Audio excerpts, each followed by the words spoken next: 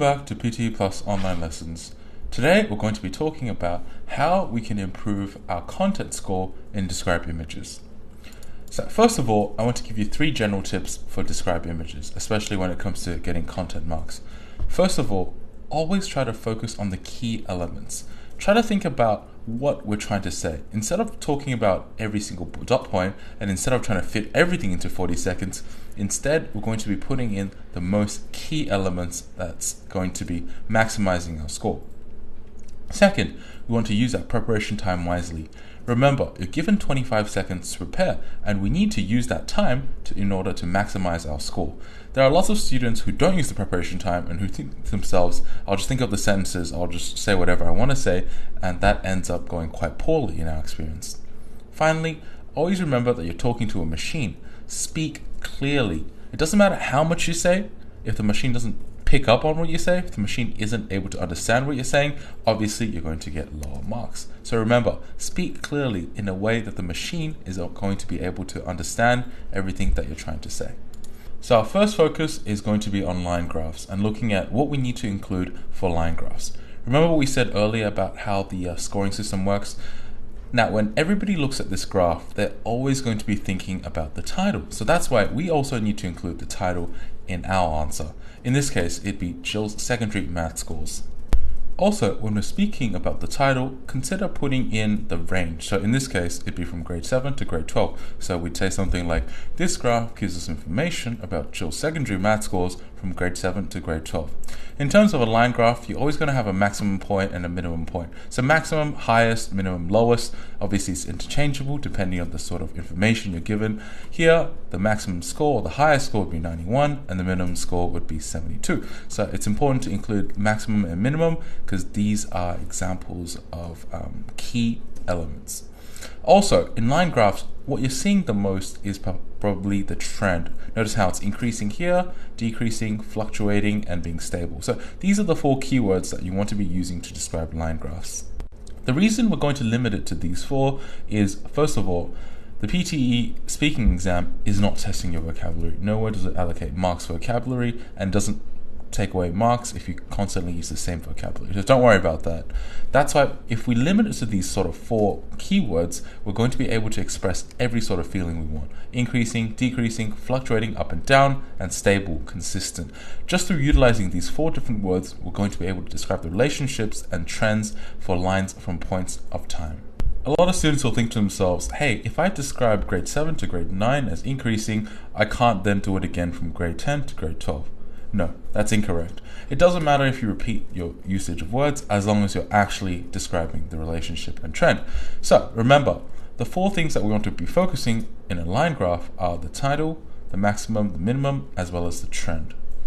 And when we look at line graphs with 2 or more lines, this is obviously going to be different to line graphs with a single line.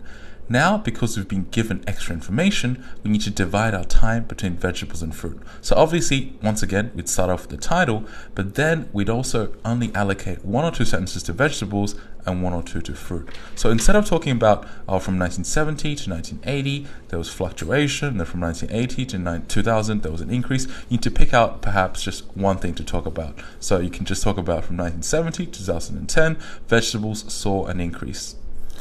So once we've talked about the first line, now we need to allocate time to the second line to talk about the fruit. Once again, we're using our 4 keywords, either fluctuate, stable, decrease, or increase to describe fruit. And here's the most important part.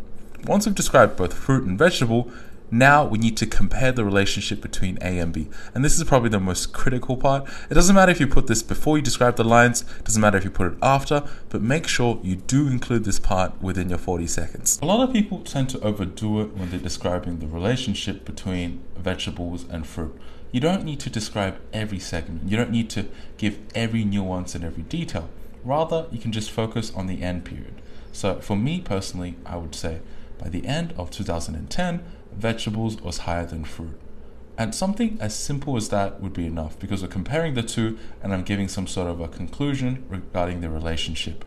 So remember, don't overdo it. Go with something simple. Make sure we use simple vocabulary that's unlikely to make us stutter, and vocabulary that's going to help us stay fluent and have good pronunciation. So moving on to bar charts. For most people, they'll consider bar graphs to be the easiest sort of graphs that they'll tackle, because think about it, there's essentially one thing that a bar graph is asking for.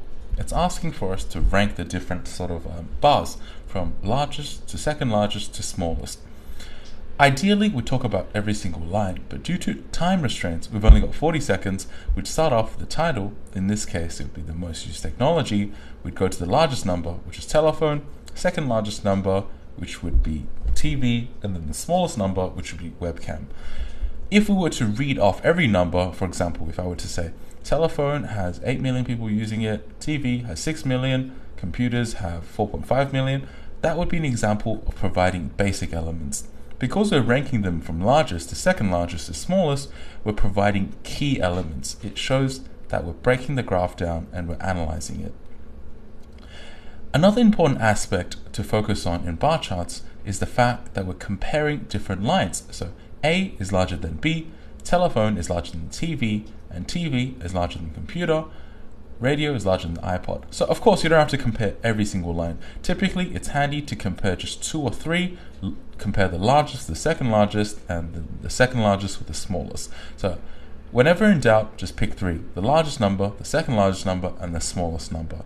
You don't have to talk about every single number, just be confident in whatever numbers you pick and decide what numbers you're going to talk about in the preparation time, so you don't actually get stuck in the middle of the question. Okay, moving on, let's talk about key elements in bar charts with more than 2 bars. With graphs like this, you need to trust your own ability to analyze the graph. So tell me this, there are 2 sort of lists. First, males and females. Second, China, Romania, Thailand, India, Russia, and Vietnam. What do you think the graph is comparing? Is it comparing these different countries, or do you think it's comparing males and females? The answer should be quite obvious, right? It's males and females.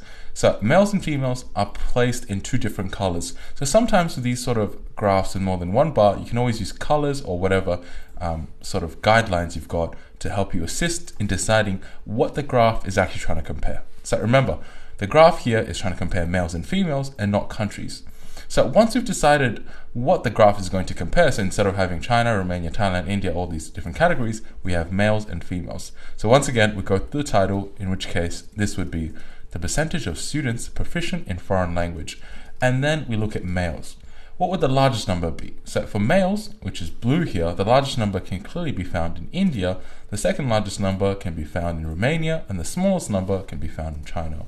And for females, the largest number, once again, can be found in India, second largest number would be Romania, and the smallest number would be Thailand in this case.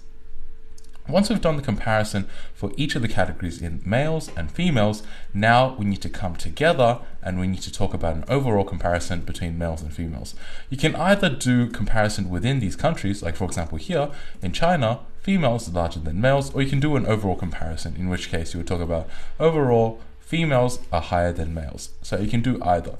But remember, you must compare these categories, males and females, because that's what the graph is essentially asking you for. Moving on to pie charts. Pie charts are sort of similar to bar graphs in the sense what they're after is first of all the title, which is browser usage on Wikimedia, and then after that they're looking for the largest number, the second largest number, and smallest number. So in this case, the largest number would be IE. So here you sort of have a choice. You can either say the largest number can be found in IE, and the second largest number can be found in Firefox, or you can go into the actual number. So in that case, it'd sound like this. The largest number can be found in IE at 34.2%, and the second largest number. So if you tend to find yourself having trouble with these sort of numbers, and a lot of students do have trouble in reading these numbers, you can obviously omit the numbers and just not say the numbers, and that's not really going to have much of an impact on your score. Or alternatively, in later sessions, we're going to be giving you guys tips on how to say these numbers without stuttering and without hesitating. And finally, we want to give some sort of a comparison between the different numbers. So we would say IE is larger than Firefox and Firefox is larger than Chrome. So that would be what we're looking for in terms of a comparison. Moving on to tables. Now, you sort of have 2 different ways of tackling table graphs. First of all, you can say in 1650, 550 million was the population, and then it saw a big increase to 725 million in 1750, and then so you can go down the graph talking about the increase in the relationship between the numbers. Or alternatively, and this is the preferred method, is once again talk about the title, the largest number, the second largest number, the smallest number, and the trends over time. And you can give a small comparison of whether one number is bigger than another. For example, you can say the population is larger in 2000 compared to 1980, or the population larger in 2000 compared to 1650. So that is how I'd prefer you to tackle these sort of problems. Go with the title, largest number, second largest number, smallest number, overall trend. And now we're moving on to some of the weirder graphs, the more unorthodox and lesser seen graphs. So this is what we call a map graph. So for graphs like map graphs, you need to remember one thing. There is no such thing as a right answer or a wrong answer. As long as you're talking fluently and you're including many different elements, that's all that really matters. So for these map graphs, there are essentially two ways of tackling it. First of all, you can go with the standard way, which is looking at the colors. So you can say, when you're looking at literacy percentage of over 97, you have countries like Europe, Russia, Australia, America, and Canada. And for countries with literacy percentage of around 70 to 80%, we have countries in Africa and in India. So obviously that's going to be harder for us to say. An easy approach is for you just to say the country and the figure. So for example, I would say, when I look at the graph, you can see China, which is light blue. That means it's 90 to 97%. And when I look at Brazil, it's green, which is 80 to 90%. So that's okay as well. There is no right or wrong answer, as long as you're describing different colors and as long as you're describing whatever it is you're seeing, then you're doing well. Okay, now moving on to graphs with images that are also trying to tell us messages. Now, we're not engineers and we're not expected to be engineers in order to do well in this section. Instead, there are definitely key elements that we can focus on. A lot of students, upon seeing this graph, might immediately start to panic. They'll think to themselves, I don't know these words. I don't know what a dam is. I don't know what a hydroelectric dam is. And even if I knew these words, I don't really understand this picture. Don't worry, you don't have to understand the picture in order to get a higher mark. The key here is to just describe whatever it is you're seeing, but think about the locations. So for graphs like this, I'd sort of split it into left, center, and right. Or alternatively, you can go top, middle, and bottom. So whatever seems more logical to you. And for me, in this particular graph, I think I'd go from left to middle to right. So I'd say on the left, we can see a reservoir and intake. In the middle of the graph, we can see a generator and powerhouse. And to the right of the graph, we can see power distance lines as well as a river. So that's all you really need to do. Don't stress about the actual information or trying to understand or trying to, make out implications. Instead, just talk about whatever you're seeing and describe it in a logical order, whether that's from left to right or top to bottom or inside and out, depending on what suits the graph the most. Moving on to flowcharts. With flowcharts, once again, you don't need to overly concern yourself with details. So it's good enough just to order it. So you can say the graph starts with egg mass in the first step, and in the second step, we have tadpoles. So remember, giving a name to each process, in this case, egg mass, tadpole, tadpole with legs, young frog, and adult frog, as well as telling us the number. So first step, second step, third step, fourth step, fifth step. So in total, there are 5 steps. Making sure to tell us the total amount of steps. That's quite important. So 2 things. First of all, naming each step. Secondly, telling us the number of each step, and finishing it off with a conclusion about the total number of steps. Don't concern yourself with details. So for example, you don't have to say, from the tadpole stage to the tadpole with leg stage, you can see that there are 2 hind legs coming from the end of the tadpole. So no, don't worry about any of that. Just as long as you're reading the different sort of steps and numbering them, that's all you really need to be focused on.